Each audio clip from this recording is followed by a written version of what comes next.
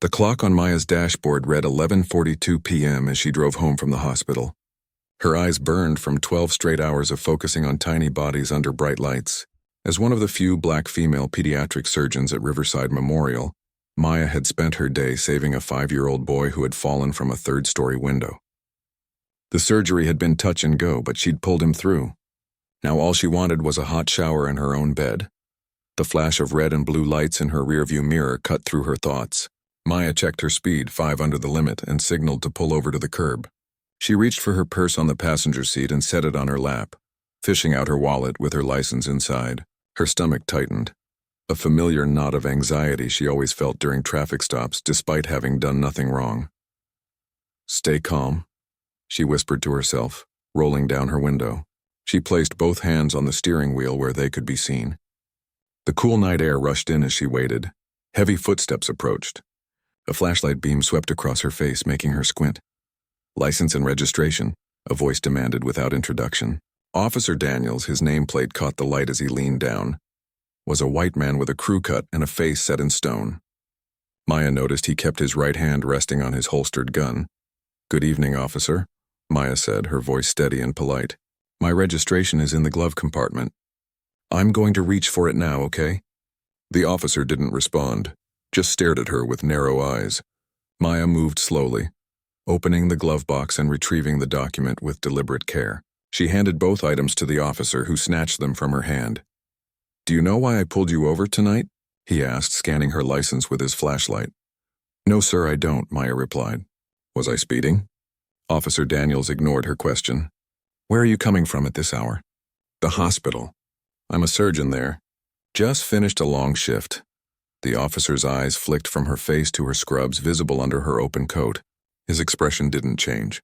"And where are you headed?" "Home," Maya said. "It's just a few miles from here." Officer Daniels handed back her documents with obvious reluctance. "Your left taillight is out." Maya frowned slightly. "Really? I had all my lights checked last week during maintenance." "Are you saying I'm lying?" The officer's tone sharpened instantly. "No, not at all," Maya said, keeping her voice level. "I'm just surprised. Thank you for letting me know. I'll get it fixed first thing tomorrow." Officer Daniels stared at her for a long moment. "Step out of the vehicle, ma'am." Maya's heart jumped. "May I ask why? I thought this was just about a taillight. Step out of the vehicle now." His hand moved to rest more obviously on his weapon. Maya took a deep breath. "Officer, I've cooperated fully. Could you please explain why I need to exit my car for a minor traffic violation?" "I smell alcohol." "Step out of the vehicle immediately." His voice was loud now, commanding. Maya hadn't had a drop to drink. She'd been in surgery all day. She considered mentioning this but worried it might escalate the situation. Instead, she unbuckled her seatbelt. "I'm going to exit the vehicle now," she narrated calmly, opening her door slowly. The night air hit her fully as she stepped onto the sidewalk. She was suddenly aware of how empty the street was. A single car passed by, slowing slightly at the scene before speeding up again. "Face the vehicle and place your hands on the hood," Officer Daniels ordered. Maya complied, the cold metal of her car seeping through her palms. "Officer, I haven't been drinking. I've been performing surgery for the past 12 hours. I'm just trying to get home." "Spread your feet." Maya did as she was told, her professional white coat hanging open, hospital ID badge still clipped to her scrubs. She could see her phone on the driver's seat through the open door. She thought of her husband Tyler at home, probably wondering where she was. Tyler, who had warned her about driving alone at night. Tyler, who as an FBI agent had seen too many traffic stops gone wrong. "Officer, can I please call my husband? He's expecting me home and will be worried." "Quiet," Officer Daniels snapped. He stepped closer, his breathing audible in the night air. "You people always think the rules don't apply to you." Maya's skin went cold at his words. "You people," she repeated quietly. "Don't talk back to me," the officer warned, moving closer. "I said I smell alcohol and you're being uncooperative." "I'm being completely cooperative," Maya said, still facing her car. "But I haven't been drinking and I'm concerned about the direction this stop is taking." "Turn around," Officer Daniels demanded. Maya turned slowly, keeping her hands visible. "Officer, I'd like to call my husband now. He's an FBI agent and he—" "Oh, now your husband's FBI?" Officer Daniels laughed, the sound harsh in the quiet street. "That's original." Let me guess, he's going to come here and teach me a lesson. No, Maya said, her voice firm despite her racing heart. I just want him to know where I am. Across the street, Maya noticed lights turning on in a house. A face appeared in a window, an older woman peering out at the scene. You're being detained for suspected DUI, Officer Daniels said, reaching for his handcuffs. Turn around. I'd like to request a breathalyzer test, Maya said, standing her ground. Or a blood test. I'm happy to comply with either. I'm a doctor and I haven't consumed any alcohol. Officer Daniels stepped forward suddenly, grabbing Maya's arm and spinning her around. His grip was tight enough to leave marks. When an officer gives you an order, you follow it. The force of his movement caused Maya to stumble, her hip hitting the side of her car. Pain shot through her side. You're hurting me, she said, her voice rising. This is unnecessary. The woman across the street had opened her door now and was standing on her porch, phone in hand. She called out, Is everything okay over there? Officer Daniels ignored her. Stop resisting, he said loudly, though Maya was standing still. I'm not resisting, Maya replied, her medical training kicking in as she focused on staying calm. But I believe you're violating my rights and I'm requesting that you call your supervisor. That seemed to push him over the edge. Officer Daniels shoved Maya hard against the car, causing her head to hit the roof with a dull thud. Stars danced in her vision as pain bloomed across her temple. Stop, the woman across the street shouted. I'm recording this. Maya could hear the neighbor's voice as if from underwater. Her ears rang from the impact. She felt Officer Daniels roughly pulling her arms behind her back, the cold metal of handcuffs clicking around her wrists. The injustice of it all hit her harder than the physical pain. My name is Dr. Maya Richardson, she said clearly, raising her voice so the neighbor could hear. I'm being detained without cause. The officer hasn't conducted any sobriety test. I've been cooperative. Please continue recording. Shut up, Officer Daniels hissed, tightening the cuffs until they bit into her skin. Maya winced but continued. I'm a surgeon at Riverside Memorial. My husband is FBI Special Agent Tyler Richardson. Someone please contact him. The mention of her husband's name and title again seemed to irritate the officer further. He grabbed her arm to lead her toward his patrol car. As they moved, Maya noticed headlights approaching. A sleek black SUV slowed, then pulled over behind the police cruiser. The neighbor had fully committed now, walking across the street with her phone held high. I've been recording everything, she called out. And I've already sent the video to my daughter. Maya felt a wave of relief mixed with continuing fear. Witnesses helped, but she'd seen too many videos where they hadn't been enough to prevent tragedy. The driver's door of the black SUV opened. Maya couldn't see who it was through the glare of headlights, but she knew. Even in her dazed state, she recognized the sound of that car door, the specific way it always caught slightly before opening fully. Officer Daniels turned toward the sound, his hand moving instinctively toward his weapon. That's my husband, Maya said quietly, and you've made a terrible mistake. Tyler Richardson stepped out of his SUV, his movements deliberate and controlled. At 6'2", he carried himself with the quiet confidence of someone who knew exactly who he was and what he was capable of. Dressed in a dark suit despite the late hour, his FBI badge hung from a chain around his neck, catching the streetlight as he approached. Officer Daniels's posture changed immediately. His hand, which had been resting on his weapon, slowly moved away. He straightened his back and lifted his chin, but Tyler noticed the nervous tap of his index finger against his thigh. Good evening, Tyler said, his voice measured and professional. He stopped at a respectful distance, hands visible at his sides. I'm Special Agent Tyler Richardson, FBI. He didn't flash his badge with dramatic flair like in the movies. He didn't need to. It was already visible, and more importantly, his demeanor spoke volumes. What seems to be the problem here, officer?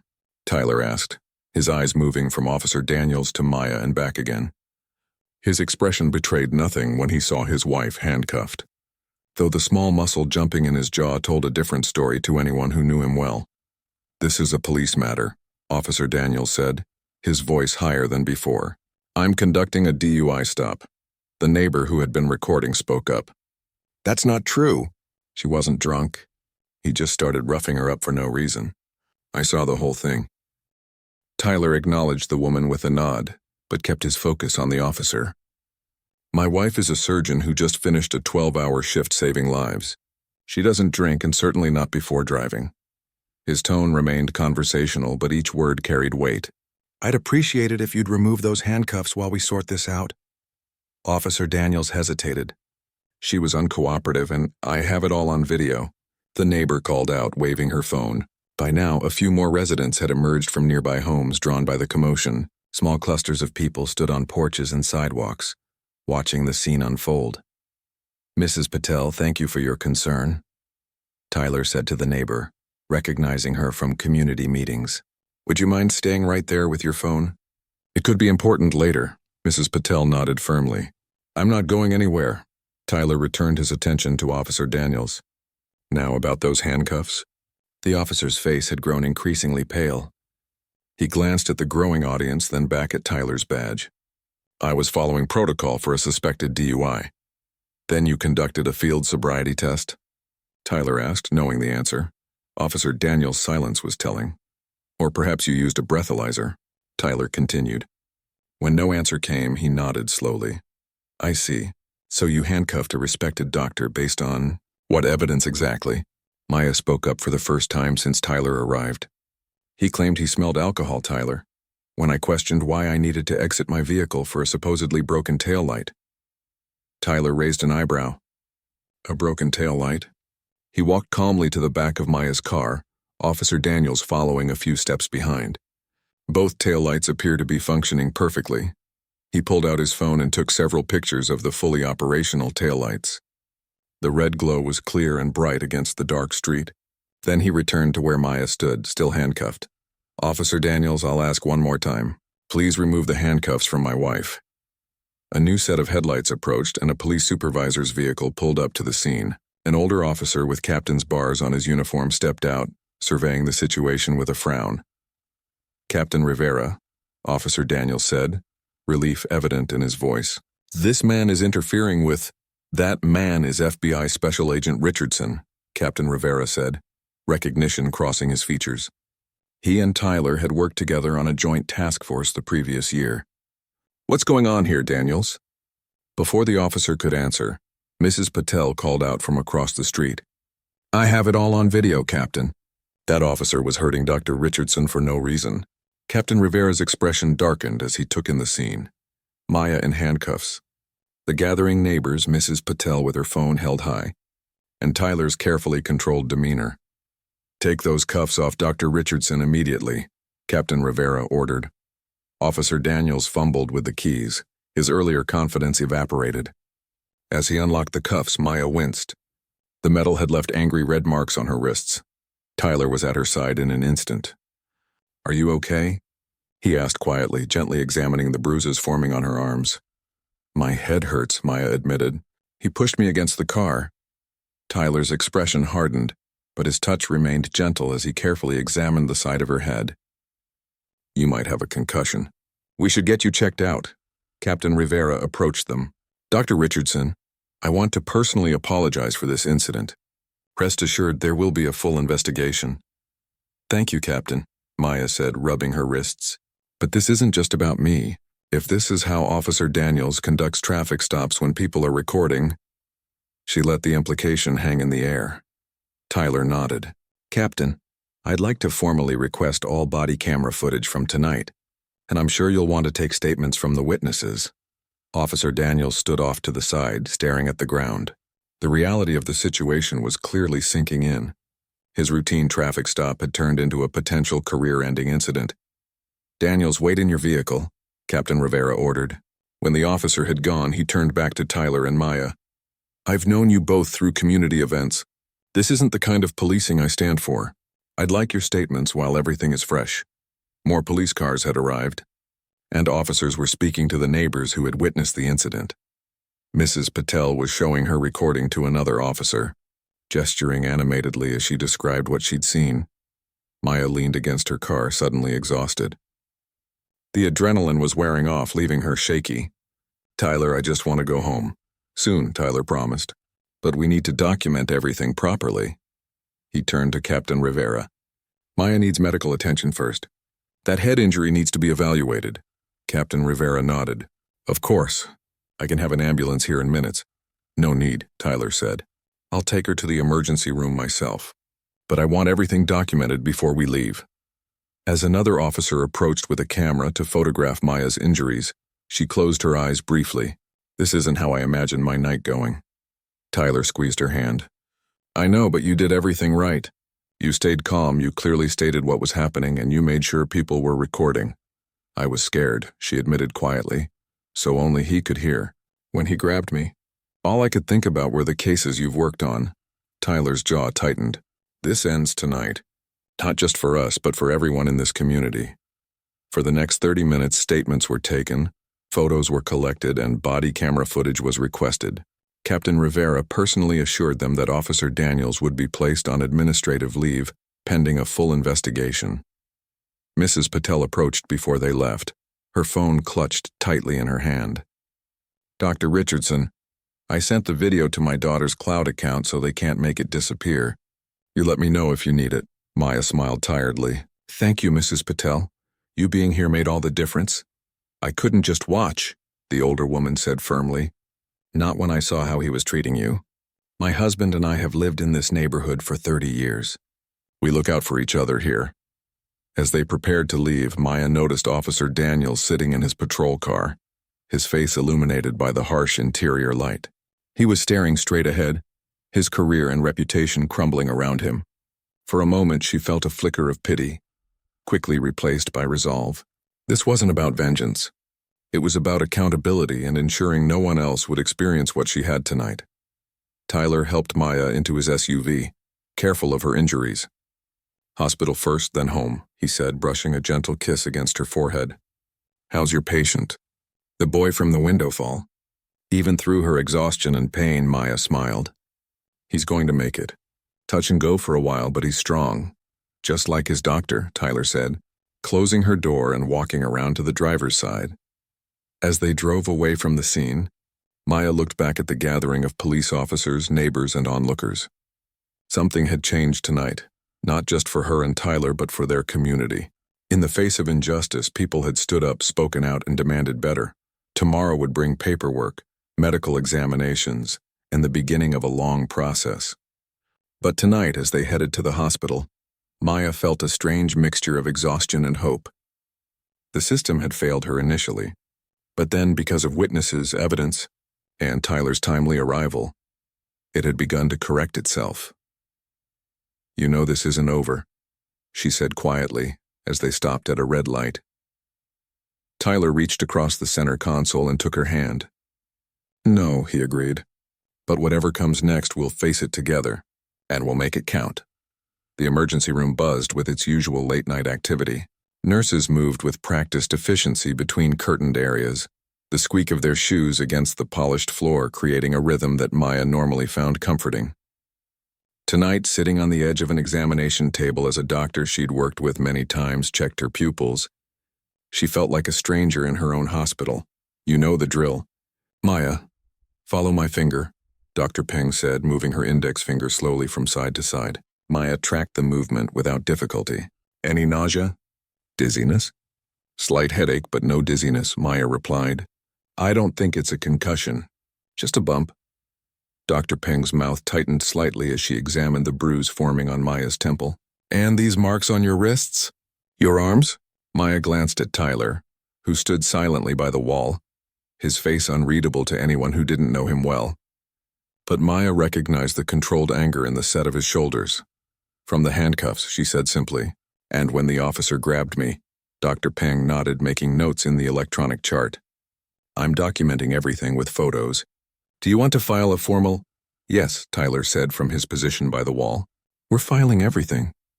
We already started the process, Maya added. Captain Rivera took initial statements at the scene. Dr. Peng nodded, her expression sympathetic but professional. I've treated patients who've had similar experiences with law enforcement. Not everyone has an FBI husband who shows up in time. She glanced at Tyler. Or neighbors willing to record and speak up. We got lucky, Maya admitted. If Mrs. Patel hadn't been watching, the thought hung in the air unfinished but understood. You'll need to rest, Dr. Peng said, finishing her examination. Take tomorrow off. Doctor's orders. Maya started to protest, but Tyler stepped forward. "She'll take the day," he assured Dr. Peng. An hour later, they finally arrived home. Their house was dark, except for the porch light they always left on. Tyler unlocked the door and disabled the security system with practiced movements. Maya kicked off her shoes in the entryway, wincing as the motion jostled her sore body. "Tea?" Tyler asked, heading toward the kitchen. "Please," Maya said, sinking onto the couch. She closed her eyes, replaying the events of the night. The traffic stop. Officer Daniels' aggression, the cold metal of handcuffs biting into her wrists, the growing crowd of neighbors. Tyler's arrival. Tyler returned with 2 steaming mugs, setting hers on the coffee table before sitting beside her. For a few minutes they sipped in silence. "I keep thinking about what would have happened if you hadn't shown up," Maya finally said. "If I'd been anyone else?" Tyler nodded slowly. "I know." He set his mug down and turned to face her. "That's why we need to pursue this. All the way. The department will try to sweep it under the rug," Maya said. "A reprimand, maybe a suspension. Then back to business as usual." "Not this time," Tyler said, his voice firm. "I've already contacted Anthony in the Civil Rights Division. He's expecting my call first thing tomorrow." Maya raised an eyebrow. "You're taking this to the federal level already?" "This isn't just about us, Maya, you know that." Tyler ran a hand through his short hair, a rare gesture of frustration. "How many times have we had this conversation? How many cases have I worked where the only difference between justice and tragedy was who happened to be watching?" Maya's phone buzzed with an incoming text. It was from Mrs. Patel. "Dr. Richardson, how are you feeling? The video is safe with my daughter. Many neighbors asking how to help."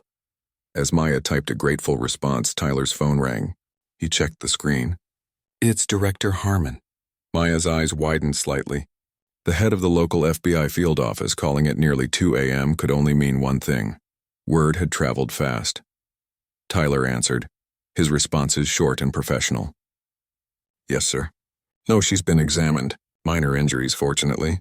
"Yes, sir." "First thing tomorrow." "I understand. Thank you, sir." He ended the call and looked at Maya.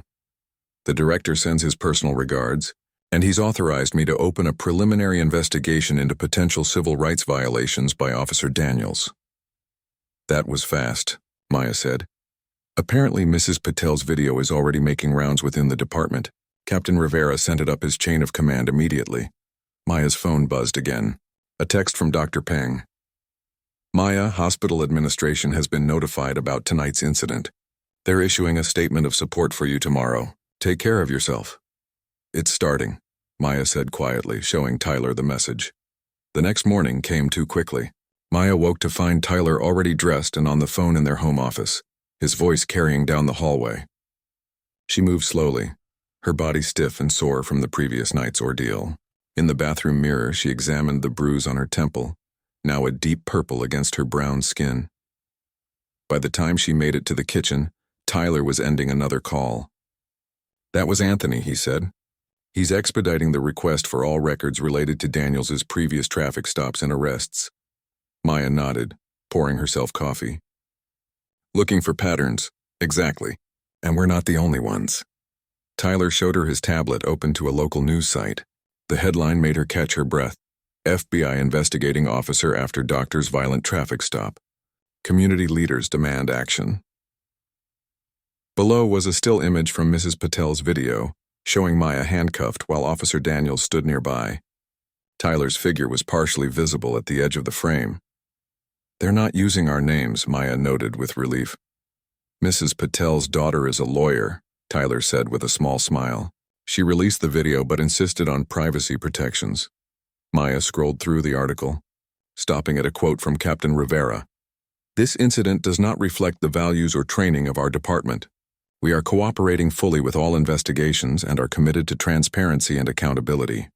Her phone had been buzzing nonstop with messages from colleagues, friends, and even patients' families who had recognized her despite the attempt at anonymity. Most expressed outrage and support. A few shared their own experiences with law enforcement. "I need to go in," Tyler said, gathering his things. "The director wants a personal briefing, and we're meeting with the U.S. Attorney's Office this afternoon." Maya nodded, still scrolling through messages. "I'll be okay here." Dr. Peng would kill me if I showed up at the hospital today anyway. Tyler kissed her gently, careful of her bruised temple. This is going to get bigger before it's over, he warned. Once the FBI officially opens an investigation, the media attention will intensify. I know. Maya set down her phone. But maybe that's necessary. Maybe that's how things finally change. After Tyler left, Maya settled on the couch with her laptop. She had research to do. If this case was going forward, she wanted to be prepared. She began searching for similar incidents, for statistics on traffic stops and racial disparities, for community organizations working on police reform. Around noon, her doorbell rang.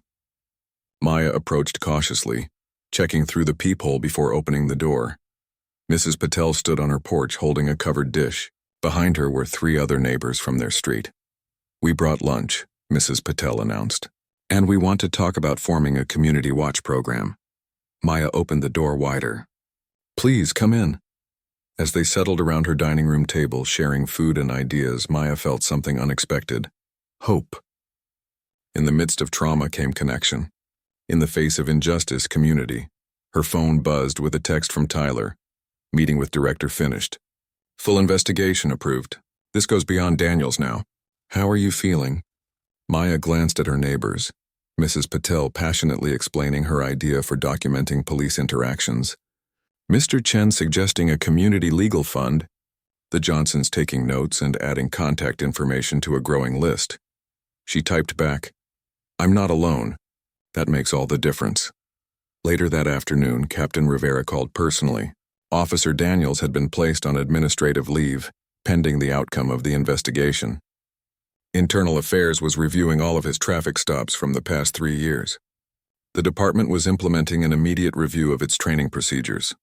"It's a start," Maya told Tyler that evening as they sat on their back porch, watching the sunset paint the sky in shades of orange and purple.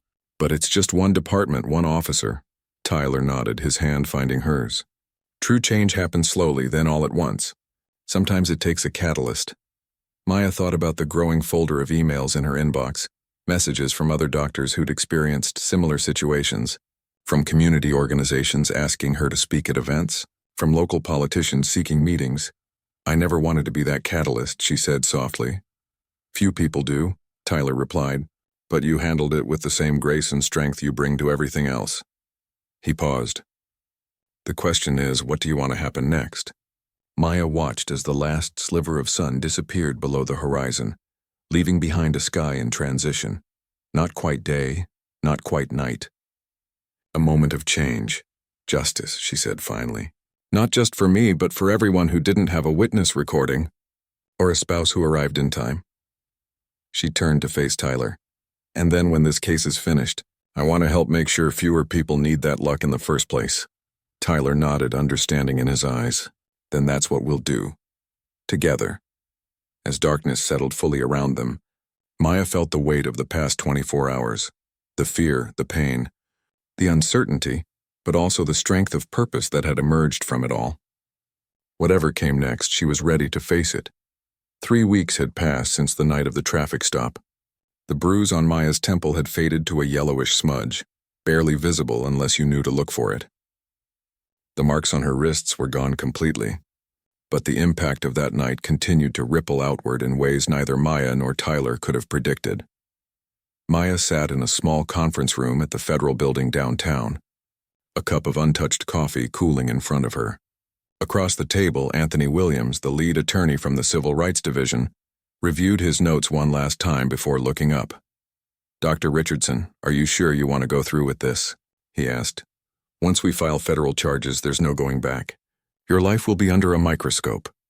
Maya glanced at Tyler, who sat beside her, his expression supportive but neutral. "This was her decision to make, I'm sure," she said firmly.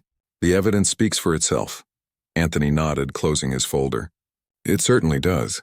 Officer Daniels's body camera footage contradicts his report at multiple points. Mrs. Patel's video shows clear excessive force, and the pattern we found in his previous traffic stops." He shook his head. 68% of the drivers he's pulled over in the last 3 years were people of color, despite the demographics of your area being only 23% non-white. "And how many complaints were filed?" Tyler asked, though they all knew the answer. 11, Anthony replied. all dismissed for insufficient evidence or officer's word against civilian. Until now, Maya said quietly. The door opened and Director Harmon entered, nodding to them all before taking a seat at the head of the table. At 62, with salt and pepper hair and lines etched deeply around his eyes, he carried himself with the authority of someone who had seen it all. The U.S. Attorney just called, he announced without preamble. They're moving forward with charges against Officer Daniels for civil rights violations. The grand jury indictment should come down by the end of the week. Maya let out a breath she hadn't realized she was holding. Part of her had been certain that, despite all the evidence, the system would protect one of its own. There's more, Director Harmon continued. Based on our investigation, the Department of Justice is opening a pattern or practice investigation into the entire police department. Tyler sat up straighter. The whole department? That's significant. Your case was the tipping point, Dr. Richardson, the director explained. But our preliminary review found concerning practices throughout the department. Traffic stops disproportionately targeting minorities, use of force incidents going uninvestigated, training deficiencies. It all adds up. Maya thought about Captain Rivera, who had been nothing but supportive and professional. Not everyone in the department is part of the problem. No, Director Harmon agreed. And those officers will be essential to implementing the changes that come from this investigation. Reform works best from within, with proper oversight. As they left the federal building an hour later, Tyler's phone buzzed with a news alert. It's already hitting the news, he said, showing Maya the screen. DOJ launches civil rights investigation into Riverside Police Department following doctor's assault. Below the headline was a carefully chosen photo of Maya in her white coat at the hospital, taken months before the incident. The article didn't name her, referring only to a prominent local surgeon. That didn't take long, Maya said as they walked to their car. The press has been circling this story for weeks, Tyler reminded her. They knew something big was coming. Maya's own phone chimed with a text from Dr. Peng. Just saw the news. The hospital's behind you 100%. The board is meeting now to draft a public statement. Another text arrived, this one from Mrs. Patel. Community meeting tonight has 200+ confirmed attendees. Can you still speak? Maya had almost forgotten about the meeting. After weeks of kitchen table conversations with neighbors, they had organized a town hall to discuss police-community relations. What had started as a small gathering had grown into something much larger. We should still go, Maya told Tyler as they drove home. This news makes it even more important. Tyler nodded, navigating through downtown traffic. I agree. But be prepared, the energy will be different now. People will be looking to you for leadership. Maya looked out the window at the city passing by. The same streets she'd driven for years, now somehow different. I never asked to be a symbol. Few people who change things do, Tyler replied. They just find themselves in the right place at the wrong time, and then make a choice about what happens next. That evening, the community center was packed beyond capacity. People stood along the walls and spilled out into the hallway. Maya recognized some faces. Patients she had treated, parents of children she had operated on, colleagues from the hospital. Others were strangers drawn by the story that had become bigger than Maya and Tyler themselves. Captain Rivera was there too, in civilian clothes, sitting quietly in the back. He caught Maya's eye and nodded respectfully. She returned the gesture, appreciating his courage in showing up.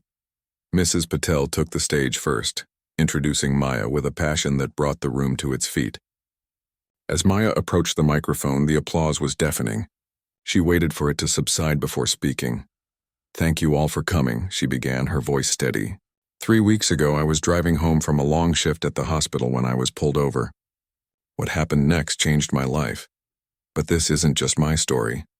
She looked out at the diverse faces watching her intently. Today, the Department of Justice announced an investigation into patterns of civil rights violations within our police department.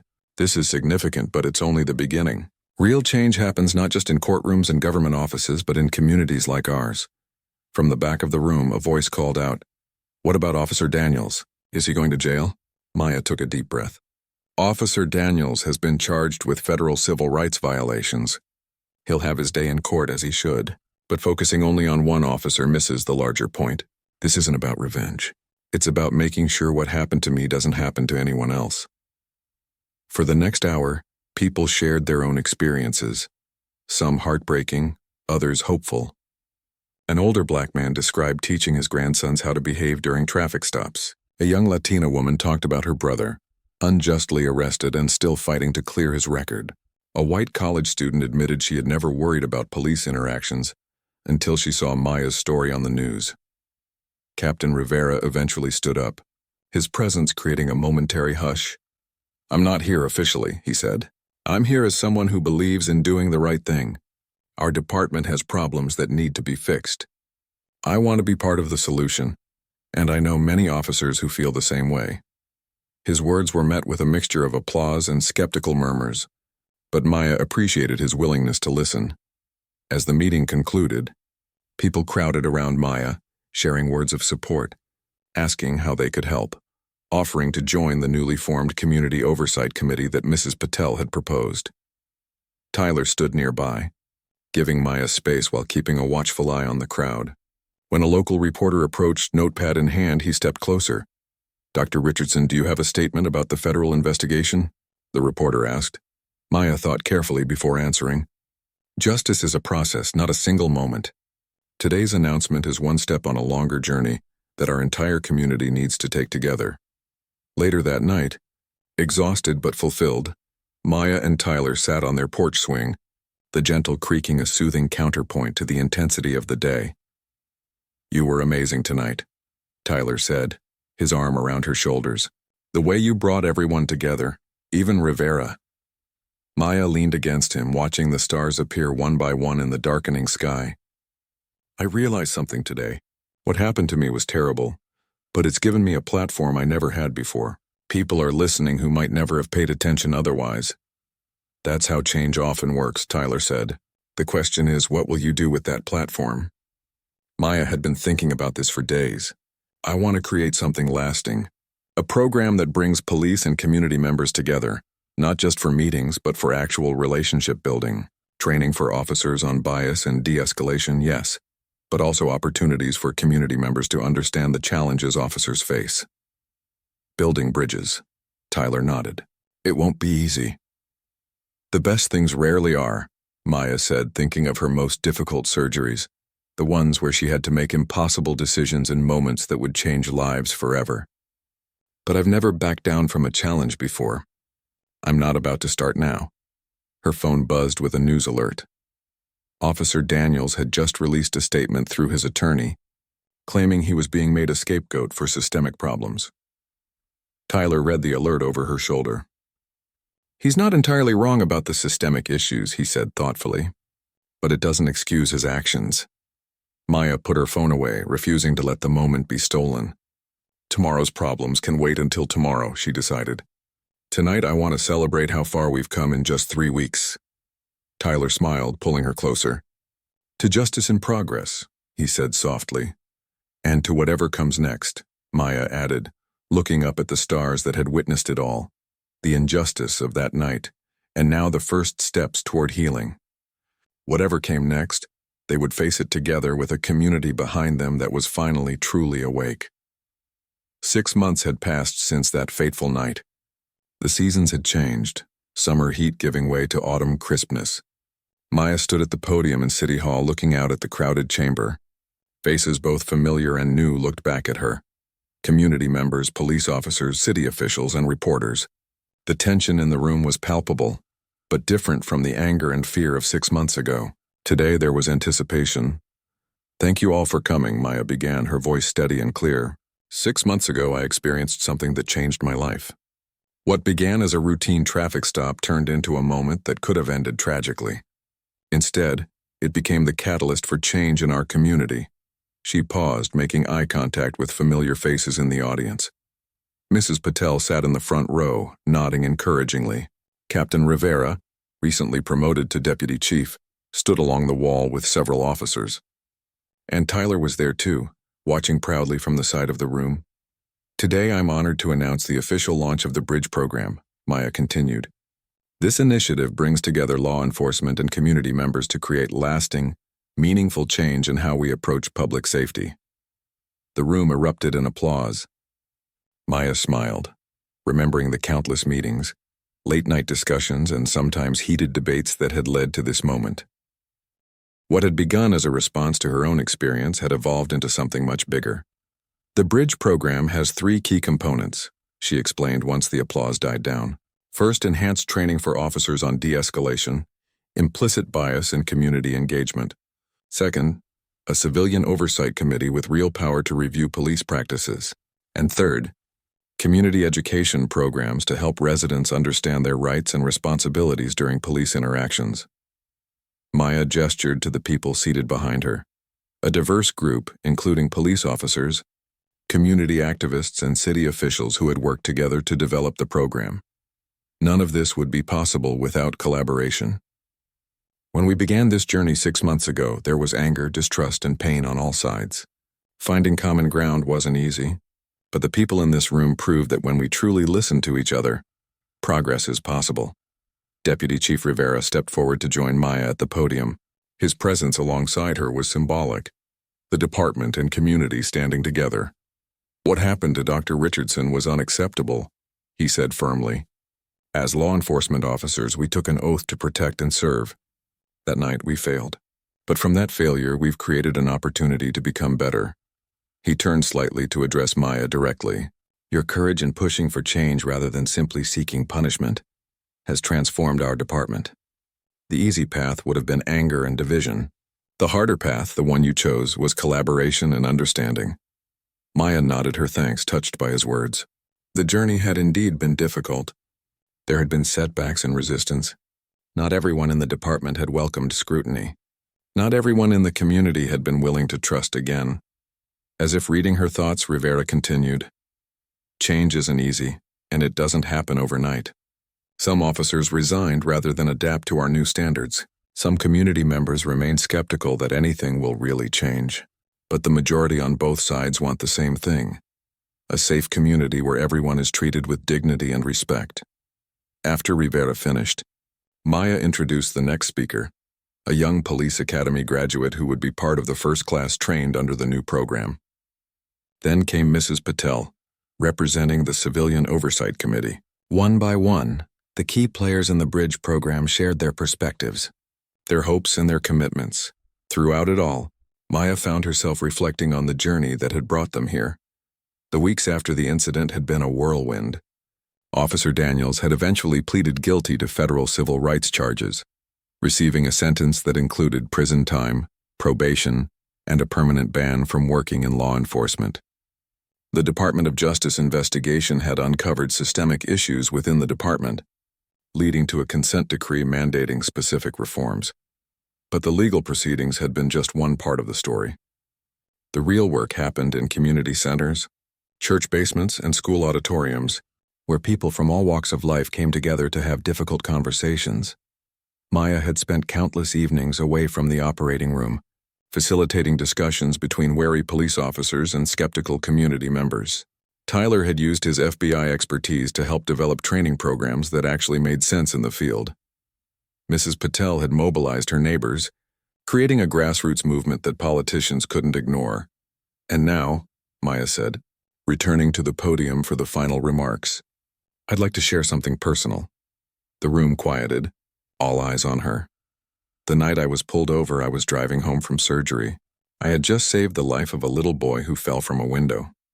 Hours later, I found myself handcuffed on the side of the road, afraid for my own life. She paused, letting the contrast sink in. I've thought a lot about that night, about how quickly things can change, about how differently it might have ended if my husband hadn't arrived, if my neighbor hadn't been watching, if I didn't have the protection of my profession and education. She looked around the room, meeting eyes with both community members and officers.